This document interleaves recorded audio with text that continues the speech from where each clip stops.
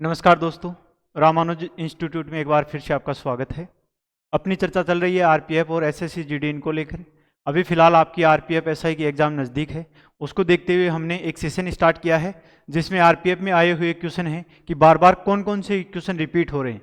तो देखो यहाँ पर जो भी आपको क्वेश्चन 2 क्लासों में बताए गए थे, आज हमारी तीसरी क्लास है, उन क्लासों में जो भी क्वेश्चन बताए गए हैं वो कम से कम 2 या 3 बार एक क्वेश्चन किसी ना किसी एग्जाम में आया हुआ है, और वो भी किस में, रेलवे आरपीएफ की में। तो आपको घबराने की बिल्कुल भी जरूरत नहीं है, क्योंकि आरपीएफ में बिल्कुल ईजी लेवल के क्वेश्चन पूछे जाते हैं। जो आपकी 10वीं 9वीं 8वीं की क्लासों आपने जो ग्रुप ही पढ़ी होगी उसमें से क्वेश्चन आ रहे हैं, सारे ज़्यादा हार्ड लेवल के क्वेश्चन नहीं है। और बाकी फिर भी अगर आपको घबराहट होती है ज्योग्राफी से, तो हम आराम से पढ़ेंगे एकदम चारों ऑप्शन की व्याख्या करते हुए, और अपना सेशन यूं ही आपके एग्जाम तक निरंतर चलता रहेगा। अगर आपको हमारी क्लासें अच्छी लगे तो शेयर कीजिए, लाइक कीजिए, कमेंट कीजिए, और हमारी क्लासों से संबंधित कोई शिकायत हो तो हमारा टेलीग्राम चैनल है, उसमें आप मैसेज भी कर सकते हो। आगे हम बात करते हैं अपने फर्स्ट क्वेश्चन की। देखो, आज हम बात करेंगे भारत के प्राकृतिक प्रदेश या भारत के भौतिक प्रदेश की। पिछली क्लास में हमने चर्चा की थी, जो दो हमारी पिछली क्लासें हो गई हैं, उसमें हमने चर्चा किसकी बात की थी?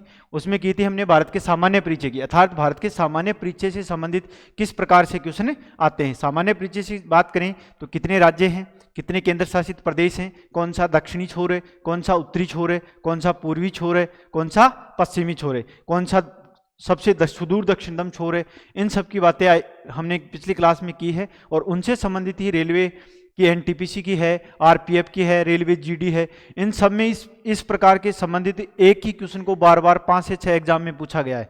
तो आपको क्लास को बिना अवॉइड किए हुए क्लास को पूरी लेनी है, और हम आपसे ये आशा करते हैं कि जो हमारा पढ़ाया हुआ है, तो हमें उम्मीद है कि आपको क्लास में वह क्वेश्चन देखने को जरूर मिलेंगे। इसलिए आप हमारी क्लासों को निरंतर लेते रहिए, आपके एग्जाम तक ये हमारा सेशन यूं ही चलता रहेगा।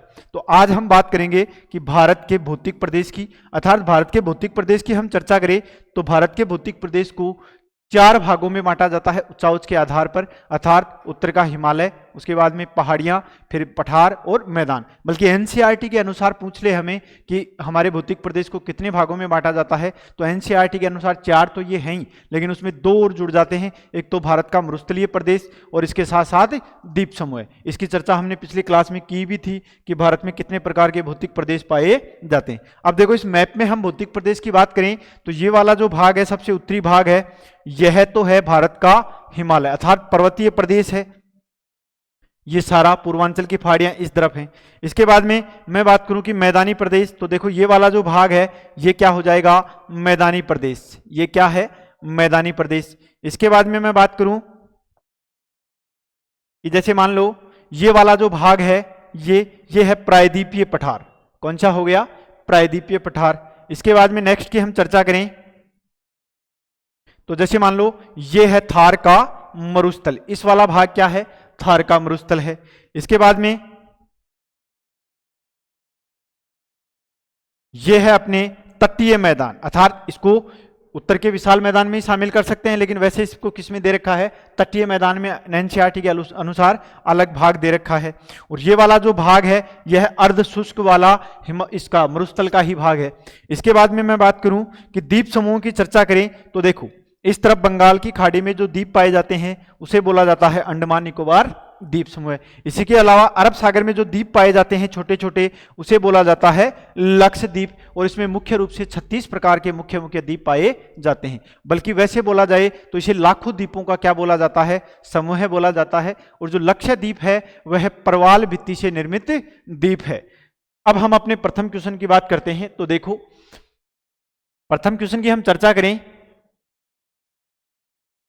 कि खालिस्तान भारत के उत्तर में एक दीवार बनाता है। तो देखो, भारत के उत्तर में एक विशाल क्या है?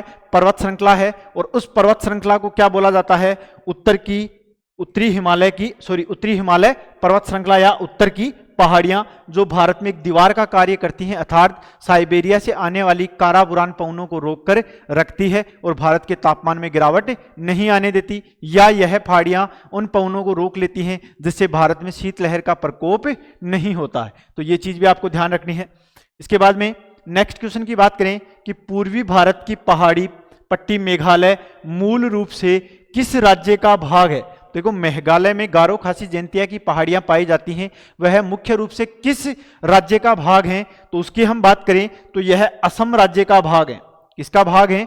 असम राज्य का भाग है। और यहां पर कौन सी पहाड़ियां पाई जाती हैं, या शायद आगे क्वेश्चन भी बार बार पूछा हुआ है इनमें से, एक तो आती है गारो, इसके अलावा खासी, इसके अलावा जयंतिया। ये पहाड़ियां हमें देखने को मिलती हैं। और इन गारो खासी जयंतिया की पहाड़ियों में ही विश्व का सबसे अधिक वर्षा वाला स्थान है। कौन सा? मौसिनराम। और देखो मौसिनराम से पहले एक नाम आता था चेरापूंजी, जहां विश्व की सबसे ज्यादा वर्षा होती थी। और चेरापूंजी भी कहाँ है? गारो खासी जयंतिया की पहाड़ियों में। लेकिन अब इस वर्तमान में ट्रेंड चेंज हो गया वर्षा का, तो चेरापूंजी में थोड़ी सी कम वर्षा होती है, बल्कि सबसे ज्यादा वर्षा कहाँ हो रही है? मौसिनराम में। तो ये चीज आपको ध्यान रखनी है कि मेघालय में जो पहाड़ियां पाई जाती हैं यह असम हिमालय का भाग है। अब आगे देखो कि खालिस्तान एक पर्वत श्रृंखला है जो भारत के प्रायद्वीप के पश्चिम तट के लगभग समानांतर चलती है और दुनिया में जैव विविधता के 8 सबसे आकर्षक के केंद्र में से एक है। कभी कभी इसे भारत की महान ढलान भी कहा जाता है। तो देखो पहले तो मैं एक भारत का मैप बना दूं आपको, ताकि अच्छे से समझ में आए कि जैसे मान लो ये अपना दक्षिणी भारत है, और इस दक्षिणी भारत के तल के सहारे, अर्थात ये दोनों किनारे हैं, इधर बंगाल की खाड़ी और इधर अरब सागर, तो इस तट के सहारे एक इस प्रकार से पर्वत श्रृंखला है, उसे बोला जाता है पश्चिमी घाट पर्वत श्रृंखला। क्या बोला जाता है? पश्चिमी घाट पर्वत श्रृंखला।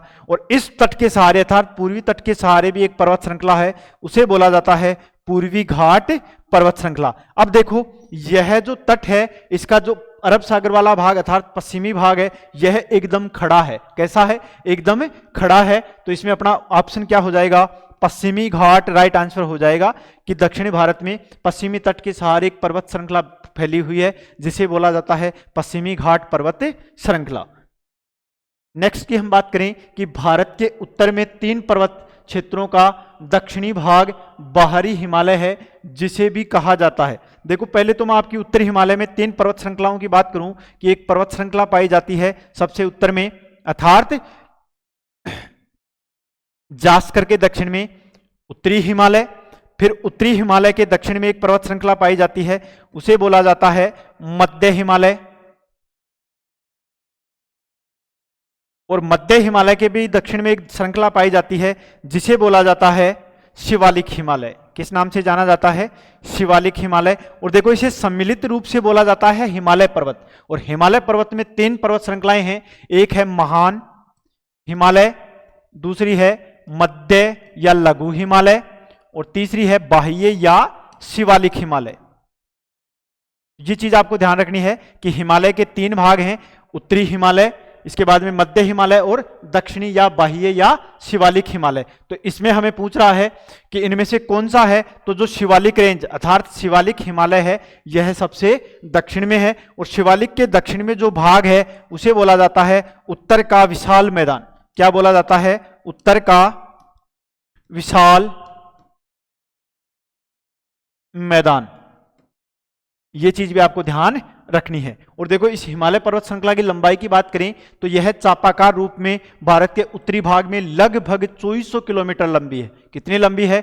2400 किलोमीटर लंबी है। और महान हिमालय है, इसकी लगभग ऊंचाई है, कई बार एग्जाम में भी प्रश्न पूछा जाता है कि हिमालय की अर्थात महान हिमालय की लगभग कितनी ऊंचाई है औसतन, तो लगभग 6100 मीटर है। कितनी है? 6100 मीटर है। यह चीज भी आपको ध्यान रखनी है। इसके बाद में नेक्स्ट क्वेश्चन की हम चर्चा करें, और देखो यहां पर आपको दिया हुआ मिलेगा कि यह क्वेश्चन किसी ना किसी एग्जाम में पूछे हुए हैं। आरआरबी एएलपी एंड टेक्नीशियन 17/8/2018 में यह प्रश्न आया हुआ है। अब हम बात करें कि निम्नलिखित पर्वत श्रृंखलाओं में से किसके सबसे ऊंचे पर्वतों को गुरु शिखर नाम से भी जाना जाता है। तो देखो अरावली एक पर्वत श्रृंखला है, उसकी सबसे ऊंची चोटी है गुरु शिखर, जिसकी ऊंचाई 1722 मीटर है। और यह जो ऊंची चोटी है यह राजस्थान के सिरोही जिले में स्थित है। किसमें है? राजस्थान के सिरोही जिले में है।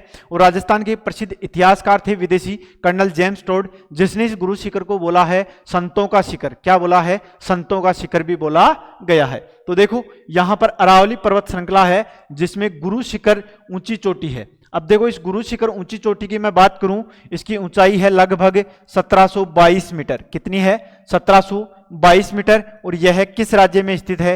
यह राजस्थान में स्थित है। इसकी उत्पत्ति की बात करूं मैं अरावली पर्वत श्रृंखला की, तो यह प्री कैम्ब्रियन काल में, इसकी उत्पत्ति कब हुई है? प्री कैम्ब्रियन काल में हुई है और यह भारत की सबसे प्राचीनतम पर्वत श्रृंखला है। कैसी है? भारत की सबसे प्राचीनतम पर्वत श्रृंखला है। और सबसे नवीन की बात करें तो हिमालय पर्वत श्रृंखला है भारत की। ये चीज भी आपको ध्यान रखना है, कई बार एग्जाम में आता है, ये जैसे ये 4 पर्वत श्रृंखलाएं दे देगा और पूछ लेगा कि भारत की सबसे प्राचीनतम पर्वत श्रृंखला कौन सी है, तो भारत की सबसे प्राचीन पर्वत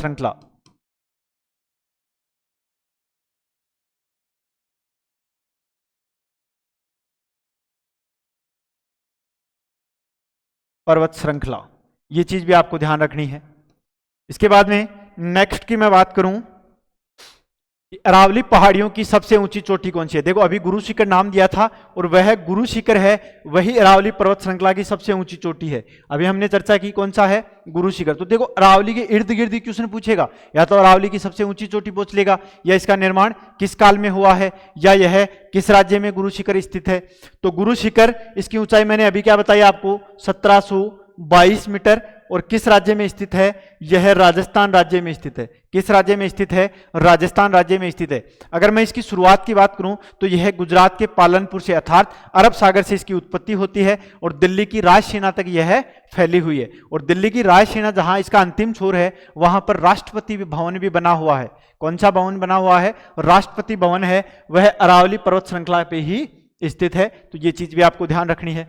इसके बाद में नेक्स्ट क्वेश्चन की चर्चा करें कि निम्न में से किस राज्य में गुरु शिखर चोटी है। देखो मैंने पहले क्वेश्चन में आपको सारी चीजें बता दी कि अरावली पर्वत श्रृंखला है, यह किस राज्य में है। देखो अरावली पर्वत श्रृंखला की ऊंचाई बता दी मैंने 1722, ये क्वेश्चन भी पूछ लिया। किस राज्य में स्थित है? राजस्थान में, ये क्वेश्चन भी पूछ लिया। तो देखो अरावली से संबंधित बार बार क्वेश्चन पूछ रहा है, तो आपको अरावली को अच्छे से याद करना है। तो इस प्रश्न की बात करें नेक्स्ट क्वेश्चन की कि किस राज्य में गुरु शिखर चोटी स्थित है, तो गुरु शिखर चोटी कहां स्थित है? राजस्थान में स्थित है। कहां है? राजस्थान में। और यह किसका भाग है? अरावली का। अरावली का भाग है कौन? गुरु शिखर। इसके बाद में नेक्स्ट की हम चर्चा करें कि नीलगिरी की पहाड़ियों को खालिस्तान के नाम से भी जाना जाता है। तो देखो नीलगिरी की पहाड़ियां पश्चिमी घाट का ही भाग है। किसका भाग है? पश्चिमी घाट का ही भाग है और यह कर्नाटक राज्य में सर्वाधिक फैली हुई है। और इनकी जो ऊंची चोटी है वह है दोदा बेटा। कौन सी है? दोदा बेटा इसकी सबसे ऊंची चोटी है, दोदा बेटा। ये चीज भी आपको ध्यान रखनी है, जो दक्षिणी भारत की सबसे ऊंची चोटी, दूसरी सबसे ऊंची चोटी है। अब नीलगिरी की पहाड़ियों को अन्य किस नाम से जाना जाता है, इसकी हम बात करें तो नीलगिरी की पहाड़ियों को क्या बोला जाता है? नीला पर्वत बोला जाता है। ये चीज भी ध्यान रखनी है आपको। इसके बाद में आगे देखिए, सेवरॉय हिल्स निम्नलिखित में से भारत के किस राज्य में स्थित है? तो देखो सेवरॉय हिल्स हैं, यह पूर्वी घाट पर स्थित है। किस घाट पर स्थित हैं? पूर्वी घाट पर स्थित हैं। और भारत के दक्षिणी भाग में यहां पर एक राज्य स्थित है, वो है तमिलनाडु। कौन सा है? तमिलनाडु राज्य है और यहां पर सेवरॉय हिल्स पाई जाती है। कौन सी हिल्स पाई जाती है? सेवरॉय हिल्स पाई जाती है, जो वैसे तो पूर्वी घाट पर्वत श्रृंखला का भाग है, लेकिन मुख्य रूप से किस राज्य में स्थित है? तमिलनाडु राज्य में स्थित है। इसके बाद में देखो आंध्र प्रदेश की बात करूं तो आंध्र प्रदेश में जो पर्वत श्रृंखलाएं पाई जाती हैं उसे बोला जाता है एरामेरा, नल्लामल्ला, वेल्लीकोंडा, पालकोंडा, शेषाचलम। ये सारी पहाड़ियां कहां पाई जाती हैं? आंध्र प्रदेश में। इसके अलावा मैं कर्नाटक की बात करूं तो कर्नाटक में जो पर्वत श्रृंखलाएं पाई जाती हैं वह नीलगिरी पर्वत श्रृंखला है। कौन सी है? नीलगिरी पर्वत श्रृंखला। और राजस्थान की हमने अभी बात की है, कौन सी पर्वत श्रृंखला है? राजस्थान की अरावली पर्वत श्रृंखला पाई जाती है। इसके बाद में नेक्स्ट क्वेश्चन की बात करूं कि टैगोर पहाड़ी झारखंड के किस जिले में स्थित है? तो देखो टैगोर की जो पहाड़ियां हैं यह झारखंड के रांची जिले में स्थित हैं। कहां पर स्थित हैं? रांची जिले में स्थित हैं। और रांची का जो भाग है यहां रांची का पठार भी पाया जाता है। कैसा पठार पाया जाता है? रांची का पठार भी झारखंड में पाया जाता है और हजारीबाग का पठार भी कहां पाया जाता है? झारखंड में पाया जाता है। तो ये टैगोर की पहाड़ियां वैसे तो हमें दे रखा है क्वेश्चन में ही, किस राज्य में स्थित हैं? झारखंड में है, लेकिन अगले ने हमें यहां क्या दे दिया? झारखंड का एक जिला दे दिया। तो कौन से जिले में है? रांची जिले में स्थित है। इस चीज को आपको ध्यान रखना है। नेक्स्ट क्वेश्चन की बात करें कि उत्तर पूर्व की पहाड़ियों को खालिस्तान कहा जाता है। तो देखो भारत की मैं उत्तरी पूर्वी राज्यों की बात करूं तो जैसे मान लो इस प्रकार से भारत का उत्तरी पूर्वी भाग पाया जाता है। अर्थात यह सेवन सिस्टर वाला भाग या भारत का पूर्वी भाग है। इस पूर्वी भाग में ये वाला जो भाग है, यहां पर छोटी छोटी पर्वत श्रृंखलाएं पाई जाती हैं। उन छोटी छोटी पर्वत श्रृंखलाओं को अलग अलग राज्य में अलग अलग नाम से जाना जाता है, जैसे Lushai hills, Mizo hills, Lemtol hills, Tripura hills, Manipur hills, अन्य नाम से जाना जाता है। और मुख्य रूप से इनको संयुक्त रूप से बोला जाता है पूर्वांचल की पहाड़ियां। क्या बोला जाता है? पूर्वांचल की पहाड़ियां। और हमें क्वेश्चन में यही पूछ रहा है अगला कि किस नाम से जाना जाता है, तो किस नाम से जाना जाता है? पूर्वांचल की पहाड़ियों के नाम से जाना जाता है। ऑप्शन नंबर 3 अपना क्या हो जाएगा? Right answer. इसके बाद में शिवालिक की हमने बात कर ली कि हिमालय का सबसे दक्षिणी जो पर्वत श्रृंखला है उसे शिवालिक के नाम से जाना जाता है। नेक्स्ट की हम बात करें कि भारत का सबसे नया पर्वत है, तो देखो सबसे नए की प्राचीन की भी हमने पहले चर्चा कर ली कि जो अरावली पर्वत श्रृंखला है यह भारत की नहीं विश्व की सबसे प्राचीनतम पर्वत श्रृंखलाओं में से एक है और भारत की सबसे प्राचीन पर्वत श्रृंखला है। इसके बाद में अगर भारत की नवीन पर्वत श्रृंखलाओं की या विश्व की नवीन पर्वत श्रृंखलाओं की बात करें तो सबसे नवीन पर्वत श्रृंखला है यह हिमालय पर्वत है। कौन सा पर्वत है? हिमालय पर्वत है। और यह अल्पाइन घटनाक्रम का उदाहरण है। किस घटनाक्रम का उदाहरण है? अल्पाइन हलचल घटनाक्रम का उदाहरण है। और यह पर्वत बनने के बाद में विश्व में कहीं पर भी किसी पर्वत का निर्माण नहीं हुआ। और इसकी उत्पत्ति की बात करें तो इसकी उत्पत्ति किस काल में होती है? तो इसकी उत्पत्ति होती है टर्शियरी काल में। यह प्रश्न भी पता नहीं कितनी बार एग्जाम में आया है कि हिमालय की उत्पत्ति किस काल में होती है? टर्शियरी काल में। और अरावली की उत्पत्ति किस काल में होती है? प्री कैम्ब्रियन काल में। तो ये चीजें भी आपको ध्यान रखनी है। अनायमुडी की मैं बात करूं यहीं पे, तो देखो अनायमुडी है यह दक्षिणी भारत की सबसे ऊंची चोटी है। कौन सी है? दक्षिणी भारत की सबसे ऊंची चोटी, सबसे ऊंची चोटी। और इसकी ऊंचाई की मैं बात कर लूं, कई बार प्रश्न आ जाता है ऊंचाई से संबंधित भी, तो इसकी ऊंचाई पाई जाती है 2697 मीटर। कैसी है? 2697 मीटर। इसके बाद में सतपुड़ा की बात करूं तो यह पर्वत श्रृंखला मध्य भारत में पाई जाती है। मध्य प्रदेश, गुजरात, छत्तीसगढ़, इन राज्यों में कौन सी पर्वत श्रृंखला पाई जाती है? सतपुड़ा पर्वत श्रृंखला। और सतपुड़ा पर्वत श्रृंखला के दक्षिण में कौन सी नदी पाई जाती है? ताप्ती नदी। कौन सी नदी पाई जाती है? ताप्ती नदी। और सतपुड़ा से पूछा जाता है कि यह कगार पर्वत है, यह ब्लूक पर्वत का उदाहरण है। तो देखो सतपुड़ा जो पर्वत है यह ब्लूक पर्वत का उदाहरण है। कैसा पर्वत है सतपुड़ा? ब्लूक पर्वत। ये चीज भी आपको ध्यान रखनी है। अब हम बात करें नेक्स्ट क्वेश्चन की, तो देखो गारो, खासी, जैंतिया, जिसकी हमने पहले भी चर्चा कर ली कि पूर्वी भाग अर्थात मेघालय असम का भाग है और मेघालय में 3 पर्वत श्रृंखलाएं पाई जाती हैं, खासी, गारो और जैंतिया, जहां पर विश्व का सबसे अधिक वर्षा वाला स्थान पाया जाता है। कौन सा? मौसिनराम। तो देखो ये किसका भाग है? वैसे तो मेघालय का भाग है। किसका भाग है? मेघालय का भाग है। और देखो इन पहाड़ियों की वर्षा अधिक क्यों होती है? क्योंकि यह पहाड़ियां कीपाकार आकृति में पाई जाती हैं। किस प्रकार की आकृति में? कीप नुमा आकृति में पाई जाती हैं। जैसे कीप से आप समझते हो प्राचीन समय में अर्थात हमारे दादा परदादा या माता पिता चिमनी में अर्थात लालटेन या चिमनी में जो तेल घालने के लिए कीप काम में लेते थे, एक प्लास्टिक का, उस प्रकार की यह पहाड़ियां पाई जाती हैं जिनमें वर्षा की जो शाखा है वह प्रेस तो कर जाती है लेकिन उसका निकलना क्या हो जाता है? मुश्किल। इसलिए सर्वाधिक वर्षा वह है इन पहाड़ियों में ही कर देती है। आगे हम बात करें कि खालिस्तान में स्थित कंचनजंगा भारत की सबसे ऊंची चोटी है। तो देखो हिमालय में स्थित भारत की सबसे ऊंची चोटी कंचनजंगा है। और यह कंचनजंगा किस राज्य में स्थित है? सिक्किम में स्थित है। किस राज्य में है? सिक्किम में है। और इसकी ऊंचाई की मैं बात कर लूं, कई बार ऊंचाई से संबंधित प्रश्न आता है, तो 8598 मीटर, 8598 मीटर इसकी क्या पाई जाती है? ऊंचाई पाई जाती है। तो देखो हिमालय की तो सबसे ऊंची चोटी भारत में कौन सी है? कंचनजंगा है। लेकिन हिमालय नाम नहीं दे, पहले भी मैंने इसकी चर्चा की है, और पूछ ले आपसे कि भारत की सबसे ऊंची चोटी कौन सी है, तो आपको नोट लगाकर लिखना है कि भारत की सबसे ऊंची चोटी K2 है। कौन सी है? K2, या इसी का दूसरा नाम है गॉडविन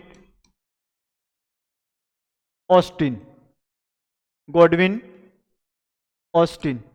और इसकी ऊंचाई भी आप नोट करके लिख लेना, इसकी ऊंचाई है 8611 मीटर। कितनी है? 8611 मीटर गॉडविन ऑस्टिन की ऊंचाई है, जो कराकोरम हिमालय में स्थित है अर्थात लद्दाख केंद्र शासित प्रदेश में स्थित है।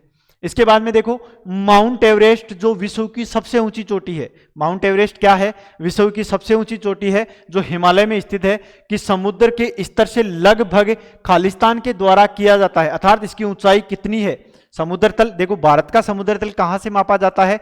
चेन्नई से। इसमें अगला पूछ रहा है कि माउंट एवरेस्ट विश्व की सबसे ऊंची चोटी है जो लगभग कितनी ऊंचाई है? तो देखो पहले तो मैं मीटर में आपको बता दूं कि माउंट एवरेस्ट की जो ऊंचाई है 8,848 मीटर है। कितनी है? 8,848 मीटर है और नेपाल में स्थित है। किस देश में स्थित है? नेपाल में स्थित है। अब देखो यहां पर हमें फिट में पूछ लिया इसका आंसर, यह एग्जाम में आया हुआ क्वेश्चन है, तो इसकी फिट में अगर ऊंचाई ज्ञात करेंगे हम तो 29,000 लगभग 2 फीट इसकी क्या है? ऊंचाई है। कितनी ऊंचाई है? 29,000 के लगभग इसकी ऊंचाई पाई जाती है। इसके बाद में नेक्स्ट क्वेश्चन की बात करें गुरु शिखर का। देखो बार बार अरावली से संबंधित क्वेश्चन आ रहे हैं। गुरु शिखर खालिस्तान के अरबुदा पर्वतों का शिखर अरावली पर्वत श्रेणी का उच्चतम बिंदु है। तो देखो यह उच्चतम बिंदु किस राज्य में स्थित है? राजस्थान में स्थित है। अगर राजस्थान का जिला पूछ ले तो कौन सा आ जाएगा? सिरोही जिला। यह चीज भी आपको ध्यान रखनी है। जैसे अभी टैगोर की पहाड़ियां पूछा था, झारखंड नाम दे दिया और किस जिले में स्थित है? रांची के जिले में स्थित है। उसी प्रकार से पूछ ले कि गुरु शिखर ऊंची चोटी अरावली की सबसे ऊंची चोटी है जो राजस्थान के किस जिले में स्थित है? तो किस जिले में स्थित है? सिरोही जिले में स्थित है। इसके बाद में नेक्स्ट क्वेश्चन की बात करें कि भारत के मुख्य पर्वतों की रेंज में इनमें से कौन सा पर्वत सम्मिलित नहीं है? तो देखो यहां पर 4 पर्वत दिए हुए हैं और हिमालय से संबंधित पूछ रहा है, सॉरी भारत से संबंधित पूछ रहा है कि इनमें 4 पर्वतों में से कौन सा पर्वत भारत में स्थित नहीं है? तो देखो सतपुड़ा पर्वत की हमने अभी चर्चा की, भारत के मध्य भाग में पाया जाता है। अरावली पर्वत श्रृंखला की हमने बात की कि भारत के पश्चिमी भाग में स्थित है। विंध्याचल पर्वत श्रृंखला की हमने चर्चा की थी पहले कि यह मध्य भारत में अर्थात सतपुड़ा के दक्षिण में पाई जाती है। इसके अलावा देखो हिंदुकुश जो पर्वत है, यह हिंदुकुश पर्वत भारत में नहीं पाया जाता।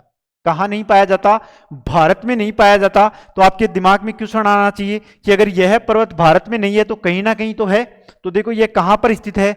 पाकिस्तान में स्थित है। किसमें स्थित है? पाकिस्तान में स्थित है। तो यह चीज भी आपको ध्यान रखनी है।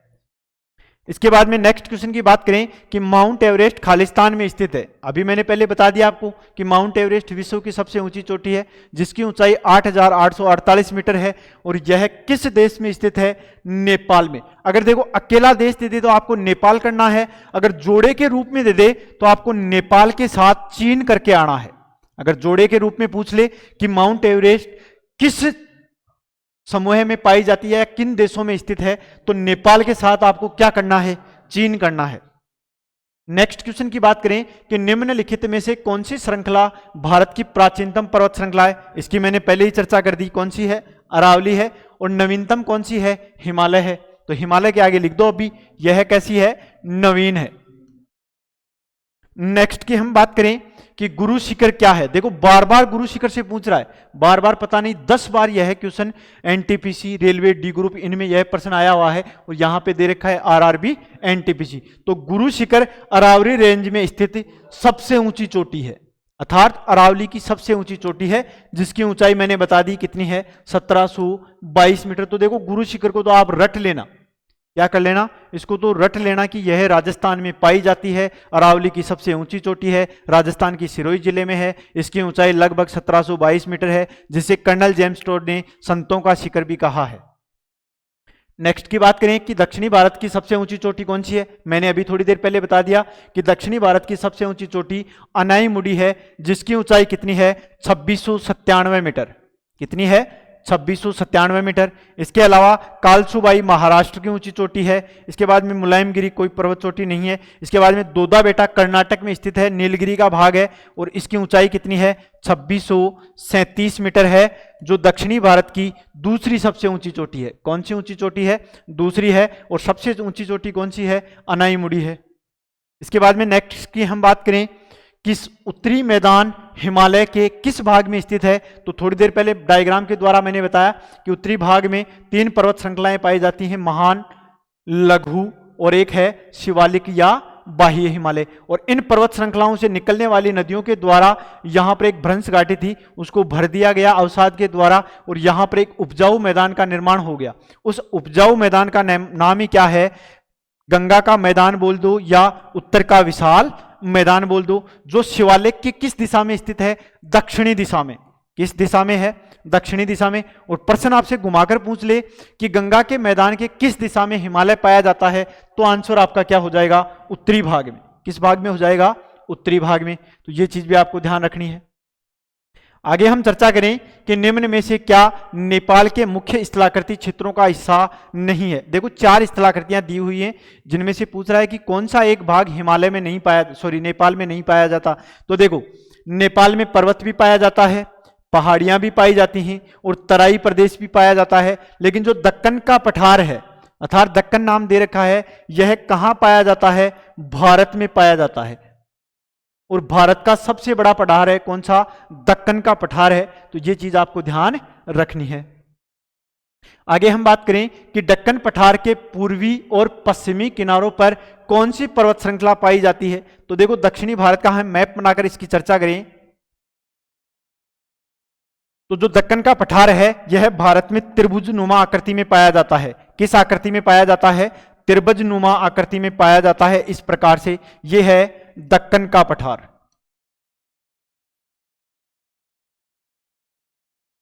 अब इस दक्कन के पठार के पूर्वी भाग में और पश्चिमी भाग में 2 पर्वत श्रृंखलाएं पाई जाती हैं। क्या पाई जाती हैं? 2 पर्वत श्रृंखलाएं पाई जाती हैं। पश्चिमी भाग में पश्चिमी घाट या इसे सह्याद्री के नाम से भी जाना जाता है महाराष्ट्र में, और पूर्वी भाग में जो पाई जाती है अवशिष्ट पर्वत श्रृंखला, उसे बोला जाता है पूर्वी घाट पर्वत श्रृंखला। तो यहां ऑप्शन में देखो कि पूर्वी और पश्चिमी घाट पर्वत श्रृंखलाएं दक्कन के पठार के दोनों भागों में पाई जाती हैं। नेक्स्ट की हम बात करें कि खैबर पास पाकिस्तान के को किससे जोड़ता है। तो देखो खैबर जो दर्रा या पास है यह पाकिस्तान में स्थित है और यह अफगानिस्तान को किससे जोड़ता है? भारत या पाकिस्तान से जोड़ता है। और यह खैबर दर्रा प्राचीन समय में यहां से जो भी विदेशी आक्रमणकारी थे भारत में प्रवेश किस दर्रे से करते थे?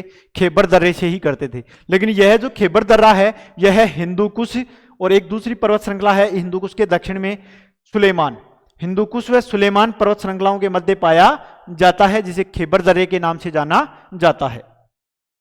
आगे हम बात करें कि यह दर्रा जम्मू कश्मीर की जास्कर सीमा में है। श्रीनगर से लेह तक का सड़क मार्ग इससे होकर गुजरता है। यह सिंधु नदी द्वारा बनाया गया है। दर्रे की पहचान करें तो देखो जोजिला दर्रा, इसमें ऑप्शन क्या हो जाएगा? जोजिला दर्रा है। इसके बाद में नेक्स्ट माना की बात करूं तो यह कहां है? उत्तराखंड में। उत्तराखंड में नीति दर्रा कहां है? उत्तराखंड में। और रोहतांग दर्रा कहां है? हिमाचल प्रदेश में। इसके बाद में नेक्स्ट क्वेश्चन की चर्चा करें कि निम्नलिखित में से किस राज्य में खारदुंगला दर्रा पाया जाता है। तो देखो खारदुंगला दर्रा पहले तो किस में पाया जाता था? जम्मू कश्मीर में, लेकिन जम्मू कश्मीर से राज्य का दर्जा हटाकर 2 केंद्र शासित प्रदेश बना दिए और वर्तमान में खारदुंगला दर्रा कहां पाया जाता है? लद्दाख में। कहां पर स्थित है? लद्दाख की जो जास्कर पर्वत श्रेणियां हैं उनमें खारदुंगला दर्रा पाया जाता है। नेक्स्ट की बात करें कि बोलन दर्रा किस देश में स्थित है। तो देखो बोलन दर्रे की बात करें हम तो जैसे मान लो ये है सुलेमान पर्वत श्रृंखला, सुलेमान पाकिस्तान में पाई, हिंदू कुश इसके दक्षिण में है, सुलेमान और इसके दक्षिण में है जो साल्ट रेंज के नाम से भी जानी है किरथर। कौन सी पर्वत श्रृंखला है? किरथर। अब इन सुलेमान व किरथर के मध्य एक दर्रा पाया जाता है जिसे क्या बोला जाता है? बोलन दर्रा। बल्कि आपसे पूछ ले कि खैबर दर्रा किन 2 पर्वत श्रृंखलाओं के मध्य है? तो सुलेमान और हिंदूकुश के मध्य, और बोलन दर्रा किरथर और सुलेमान के मध्य है। अब अपने क्वेश्चन की चर्चा करें कि बोलन दर्रा स्थित है तो बोलन दर्रा दुष्ट या पाकिस्तान में स्थित है। इसके बाद में नेक्स्ट की बात करें कि जेलेपला और नाथुला दर्रा किस राज्य में स्थित हैं। तो देखो जेलेपला और नाथुला दर्रा सिक्किम में स्थित हैं, जो भारत को किससे जोड़ते हैं? चीन से जोड़ते हैं। नेक्स्ट की बात करें कि निम्नलिखित में से किस उत्तरी राज्य में गोइचला पास स्थित है। तो देखो अभी क्या बात की हमने कि 2 दर्रे सिक्किम में पाए जाते हैं, एक तो है जेलेपला और एक नाथुला। इसके अलावा एक दर्रा और पाया जाता है, कौन सा? गोइचला पास या दर्रा भी बोल दो। तो यह भी कहां पाया जाता है? सिक्किम में स्थित है। इसके बाद में नेक्स्ट की मैं बात करूं तो देखो आज का सेशन अपना इतना ही था। इसके अलावा देखो उत्तराखंड के कुछ दर्रे बता दूं आपको, तो यहां पर है माना, नीति, लिपू, लेक, मानानीतू लीपू लेक कहां पर पाए जाते हैं? उत्तराखंड में। और बार बार इनसे संबंधित क्वेश्चन आते हैं। तो देखो दोस्तों, आज के जो क्वेश्चन थे हमारे किसी ना किसी एग्जाम में, अर्थात रेलवे की एग्जाम में बार बार पूछे हुए क्वेश्चन हैं, तो आप क्लास को अवॉइड ना करें और इसको पूरी लें। आपकी आने वाली एग्जाम में यहां से क्वेश्चन जरूर टकराएंगे और आपका पेपर अच्छा होगा। धन्यवाद। जय हिंद, जय भारत।